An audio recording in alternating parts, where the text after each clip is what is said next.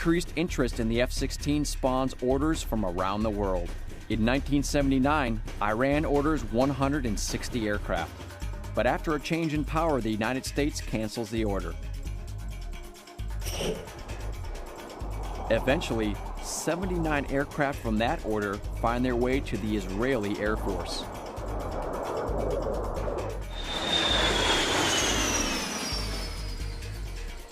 The F-16 quickly becomes the standard fighter for countries who do not produce their own aircraft. Before Fighting Falcon was selected as the official name, pilots at Hill Air Force Base came up with a number of proposals, including Viper, because they thought it resembled a Cobra or Viper as it approached. Even though the Fighting Falcon became the official name, Viper stuck around and became the unofficial nickname for the F-16. The U.S. government selects the General Dynamics YF-16 after an intense competition between Northrop's YF-17 for a new lightweight fighter. By now, the F-16 is becoming the standard airframe for countries who do not produce their own aircraft. But these countries demand more than just a fighter. In 1979, the F-16 enters service as a representation of the latest technology, excelling in both dogfighting and ground attacks. Mindful of the dogfight mission, it is equipped with a cannon, missiles, and has a staggering array of potential configurations. The F-16 is armed with an M61 Vulcan 20mm cannon in the left wing root, and up to 6 AIM-9 Sidewinder heat-seeking short-range air-to-air missiles. It was conceived of as a lightweight, low-cost fighter primarily for air-to-air, but it evolved to possess air-to-air and air-to-ground, a true multi-role fighter. It can do the air-to-air role, it can do air-to-ground and dropping bombs, shooting missiles at the ground, and also do what's called a SEAD, suppression of enemy air defense. So that's where it's going against an enemy SAM and shooting missiles at that SAM. It also carries a wide variety of air-to-ground missiles, rockets, or bombs, electronic countermeasures, navigation, targeting, or weapons pods, and fuel tanks on 11 hardpoints under the wings and fuselage.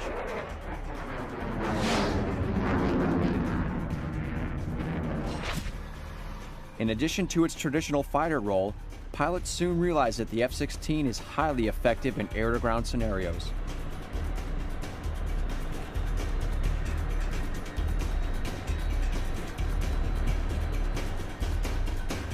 So as a guy that flew it, you obviously liked it.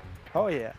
I liked the F-16. It was a great airplane to fly, but I really liked the diversity of missions that it had. It gave me a lot of opportunity to train and fly in both an air-to-air and an air-to-ground role, and I liked it. If you had to take your pick between the Viper and the Eagle, which one would you choose? That's always a loaded question. I love both of them. Come on, pick one. The Eagle was my first airplane. I loved it, and it was the big dog, the Cadillac of air-to-air warfare. And the Viper, I just love the fact that I could go out there and not only do an air-to-air mission, but an air-to-ground.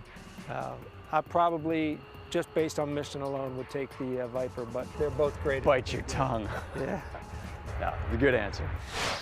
In an air combat role, the F-16's maneuverability and combat radius exceed that of all potential threat fighter aircraft. In an air-to-ground role, it can fly more than 500 miles to deliver its weapons with superior accuracy and defend itself against enemy aircraft. So it's not surprising when the F-16 is chosen to participate in the 1981 technical bombing competition at Lossiemouth in Scotland.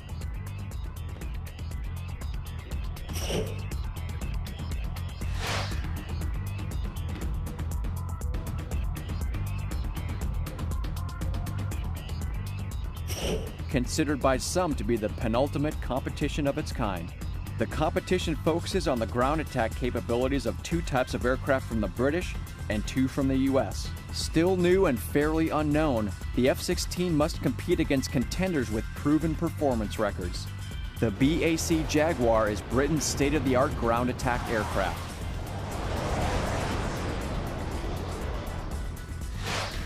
Another contender is General Dynamics F-111 swing-wing bomber, which comes from the same stable as the F-16. At the time, the F-111 is the Air Force's #1 attack aircraft, capable of striking any fixed or moving target with a range of over 1,000 nautical miles.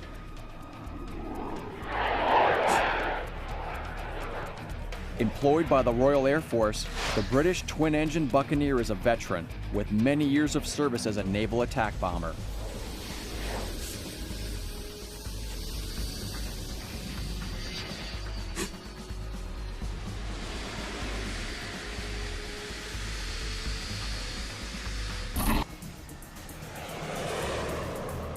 The F-16 wins the accuracy competition, even against the dedicated ground attack Jaguar.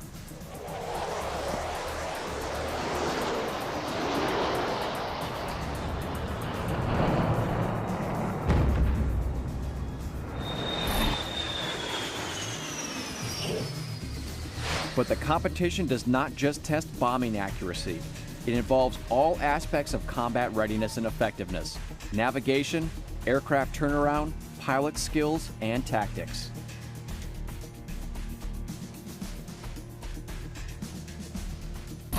In all aspects, the F-16 establishes itself with breathtaking effectiveness. By the time the final results are calculated, General Dynamics' brilliant lightweight wins the #1 position in the final formation. However, the success of the F-16 at Lossiemouth does not come as a complete surprise.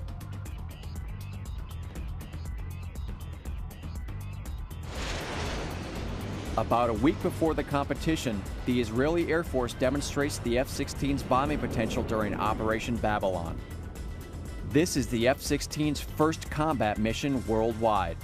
On the afternoon of June 7, 1981, Israeli fighter planes prepare for a surprise airstrike that will deprive the Iraqis of atomic weapons. The target is a nuclear reactor in Osirak, Iraq, where nuclear fuel can be converted into plutonium for atom bombs. The mission calls for 8 F-16s, each carrying two 2,000-pound bombs, and 6 F-15s that serve as fighter escorts to protect the bomb-laden Falcons. One by one, the Falcon's bombs find their marks, and in less than 2 minutes, the plant is destroyed by 16 tons of TNT.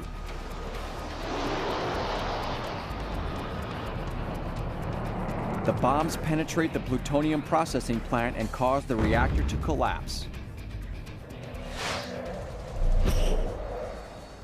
The success of the mission brings attention to the F-16's flawless maneuvering and fly-by-wire controls. And this is only the beginning of the Fighting Falcon's rise to glory. The F-16's first air-to-air combat success comes on April 28, 1981, when the Israeli Air Force shoots down a Syrian Mi-8 helicopter with cannon fire.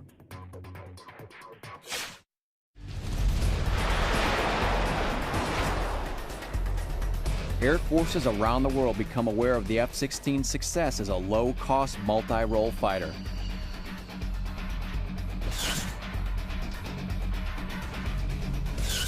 While United States F-16s see little combat in their first years, several other nations facing conflict turn to the Falcon and it quickly proves successful.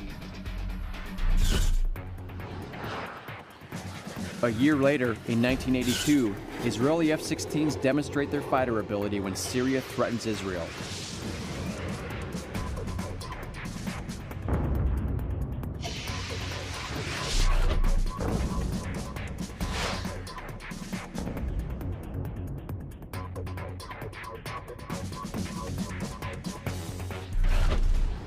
Together with the Israeli Air Force Eagles and F-4s, they devastate Syrian fighters in classic dogfight situations. One-on-one, Syrian MiGs are simply no match for Israeli F-16s.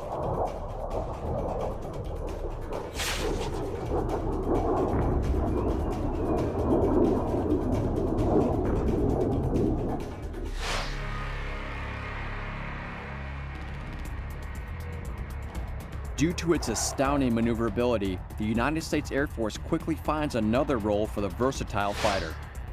On April 2, 1983, the U.S. Air Force Aerial Demonstration Squadron flies its first public show with the F-16. The Thunderbirds were activated in 1953 to present aerial maneuvers that exhibit the capabilities of high-performance Air Force aircraft. During the Soviet-Afghan War, Pakistani Air Force F-16s shoot down Afghan and Soviet ground attack and transport aircraft, operated in Pakistani airspace between May 1986 and December 1988. During Operation Desert Storm, the F-16 is known as the workhorse of the war. It executes 25% of all strike sorties throughout the war.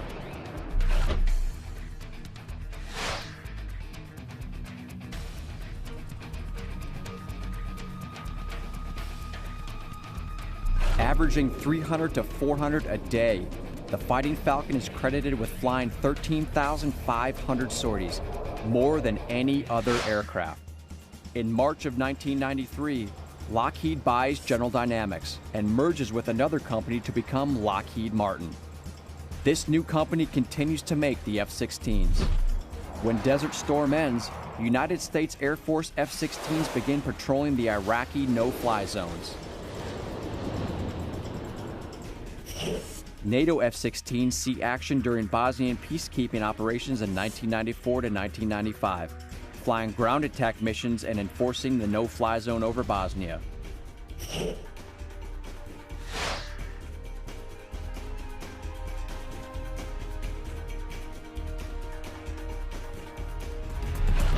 F-16s returned to Iraq in December 1998 as part of the Operation Desert Fox bombing campaign to degrade Iraq's ability to manufacture and use weapons of mass destruction. The fighter responds to modern conflict by employing the latest precision munitions and by providing effective suppression of enemy air defenses. United States Air Force F-16s currently operate in Iraq and Afghanistan. Since the U.S. invasion of Iraq in 2003, F-16s have flown continuous all-weather operations that accomplish precision strike mission objectives. The F-16 provides more proven combat capability and affordability than any other multi-role fighter available in the world today. The F-16 evolves through 4 generations to become the most capable multi-role fighter available, building upon its legendary combat record of 72 victories and 0 losses. Talk to me about a couple of those different evolutions the plane has been through. What are some of the things that they have continuously made better about this plane throughout its service history? Well, the F-16 started out as an A model, and then it evolved into a C model, and that was a big evolutionary change. One of the early A models had a different radar. It had much less capable air-to-ground avionics. It had a very good sight for dropping bombs, but you had to find your target and maneuver yourself in the position to drop those bombs. When the C model came along, all those next generation capabilities with targeting pod that allowed laser-guided targeting and LGB weapons to be dropped. It allowed, had a GPS navigation system which allowed it to target with GPS-guided bombs. The most current evolution of the capabilities came about with the C model. It also got a bigger motor because the jet started to get heavier as it started to take on all these capabilities. Suffice to say that the Viper that first came out back in the late 70s would almost pale in comparison to the Vipers that we're flying today. Oh, most certainly. Most certainly. I mean, they were lighter and they were a lot simpler avionics-wise. There were a lot more additions that were added to the capabilities, both internally and externally on the F-16. Lockheed Martin and the U.S. Air Force are committed to modification and sustainment of the worldwide F-16 fleet. Continuous technology enhancements, upgrades, and global sustainment allow the F-16 to perform as a comprehensive weapon system. These advanced technologies spawn from the aircraft's performance in combat operations by multiple nations. They combine feedback from the warfighter and incorporate it into the avionics systems and architecture of the F-16 to keep the aircraft relevant. The Falcon proves itself through years of continuous combat with the United States Air Force. In 2005, the 2,231st and last F-16 is built for the U.S. Air Force. The fighter continues to serve with the U.S. and 23 other nations as the world standard in multi-role fighters. Not since the P-51 Mustang or the F-86 Sabre has such a technologically advanced flying machine come in such a deceivingly small package.